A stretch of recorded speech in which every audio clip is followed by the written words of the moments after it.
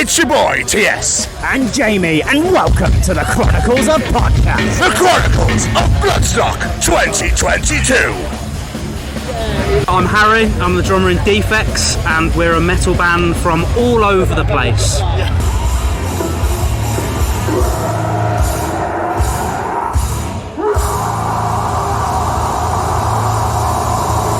That's us. You're quite an amalgamation of other bands, people between other bands that now formed Defects. We are indeed, yeah. There's all of us have been in bands before, bands by different bands, heavier bands, lighter bands. So we've just kind of brought it all together after the pandemic, or in the pandemic, and now we're a unit playing shows, and we couldn't be happier about it. So yeah. Absolutely great, by the way. Thank you very much. When we spoke to Paris originally, she was like, I want to talk to these guys, so I checked you out. I was like, fuck me. Thank you very much, man. I appreciate that. Thank you. But you've only got 2 songs. Yes, yeah. At the moment. Oh, okay. At the moment, yeah. So we're using this weekend to announce some cool new stuff coming. So sick. Yeah, we've got a new song coming, new tour coming. So yeah. Great. A question I like to ask all our guests at the beginning is, how was your pandemic season? How was your last 2 years? So my 2 years personally was a bit rough.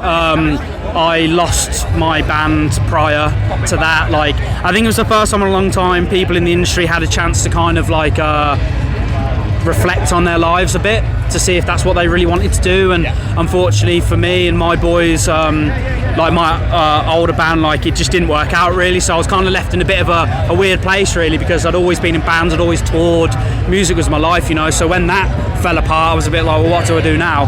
And luckily these boys found me and saved me basically. So yeah, brought me back from the brink, and couldn't be happier to be here, man, like in the sun and talking about music. So yeah, they pretty much saved my life, man. So yeah, I'm forever grateful for those guys and to be here and to be part of Defects. I'm so sorry you had it rough for that. So. Oh mate, like a lot of people had it great, a lot of people didn't. People got fit, people got fat. I was the one who got fat. So like it's just kind of like, yeah, like man, I completely fell out of love with music, man. Like I was in a really rough spot, and like it kind of took a lot for me to realise that this is where it's at, and it's festivals like Bloodstock and people like yourselves who care about talking to musicians and really listen to music that just make you realise like how much you need this community and how special it is to be part of it. So yeah. But how has your Bloodstock been so far, apart from really hot? Mate, I mean, so I got here 4 hours ago and I'm already loving it. Like it's a bit like that Download crew. Like everyone's loving their heavy music, everyone's of the same cloth. Like, and even if not, like everyone's so accepting here, and like you've got all sorts of music going on, and everyone's checking out different things, different stuff, and it's just a great vibe all round, man. Like I've never done this one before. I've my years of touring, I've never come here, and I've always wanted to. So to finally be here and the sun's out, probably going to be burnt, but it's going to be great. So worth it, though. So worth it. Yeah. So worth it. So worth it. How was your set? Good, yeah, really good. I mean, it's our last one of the summer. We put in a new song today that's not going to be released until the album comes out, but we thought, you know, get something heavy out there. It's Bloodstock, so we got the heaviest song on the album, and we just thought, screw it, let's play it. So yeah, we had fun. It was sweaty, it was good, it was intense. Like, what more could you want, really? What more could you want? Absolutely. You've been busy boys for the festival season. How's it been?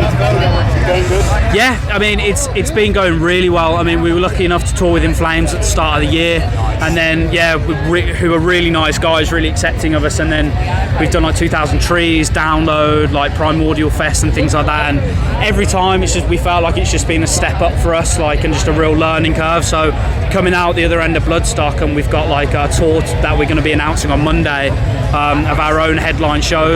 So we're just looking forward to getting out there and really putting to the test what we've learned over the festival season. So we are a podcast, obviously, our associate with Sophie Lancaster. Of course, yes. And obviously you graced the stage earlier today. We did, yeah, which is a true honour, to be honest. What do you know of the story? I know all about the story. I was quite young when it happened, but I come from a family of very different people. My mum and dad were punk rockers in the 70s. Nice. My sister was into it, like my sister grew up in like the grunge era, and then like my other sister's massive in Disney, but I grew up around like Funeral for a Friend, Finch, like Gallows, like all these punk rock bands. So I've always had the experience of being chastised for loving what I love. and it is hard, and so I know all about it, and it is a truly heartbreaking story. But to be part and to be associated with such a fantastic foundation that really promotes our culture, and because that's what I love about Bloodstock, is it's accepting. Same with Download and things like that. You go there and you know you're part of a group of people. So yeah, it's just very special to be able to say you're associated with such a beautiful foundation that promotes such openness. I was going to say, how did it feel to play in that stage, obviously you just said, but it is a special stage because it draws people in. People see that name on the stage and go, oh, what's this about? It's not already aware. Yeah, of course. I mean, that's because the thing is, you don't want to pull on the negatives of it. Like, you want to, so like Sylvia, what her mum's done and like things like that, and what she's done with the foundation, and going into schools and talking about like the acceptance of our culture, and how, because us like the whole rock, metal, goth community, like we don't care, like literally we're so accepting of other people, and we just want them to be as accepting as we are to them, like, like vice versa and stuff like that. So, and you're right, like people see it and they want to know, and I think it's such a great thing that the guys at Bloodstock named the festival after her, because it makes people think, and if they didn't know before and they're wondering what the story is, they can go look it up, and then they truly are involved in this amazing foundation and promoting love and acceptance. Yeah.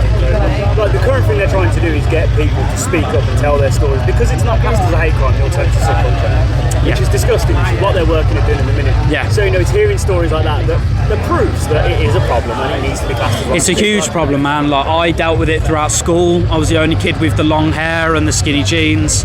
I think you speak to the majority of the people at this festival at one point in their life, they've probably been made fun of or laughed at for listening to what they do, or like, oh, why do you listen to that and this, that and the other. And you know what, like, I feel sorry for those people in a way, because they're very closed-minded, and I'm very happy to be part of this community, and it is something that needs to be spoken about more, and I'm happy to be here today speaking about it and getting more people involved in the foundation, and just spreading love, man. Like, I know it's a very, very like weird thing to say for some people, but like, well, like, what has anyone ever done to you? You know what I mean? Like, you just like treat people how you want to be treated, and that's why I go off in every walk of life. So, thank you so much for sitting down. No, it's my pleasure. Thank you very much. Tour announcement. If it's Birmingham or Cardiff on there, we are both there. They're both on there. Yeah. So there you go. Yeah. So we'll see you there. Absolutely. Nice one. Thank you so much, guys. I really appreciate you inviting me to come and speak about this, man. It's something very close to me. So thank you very much.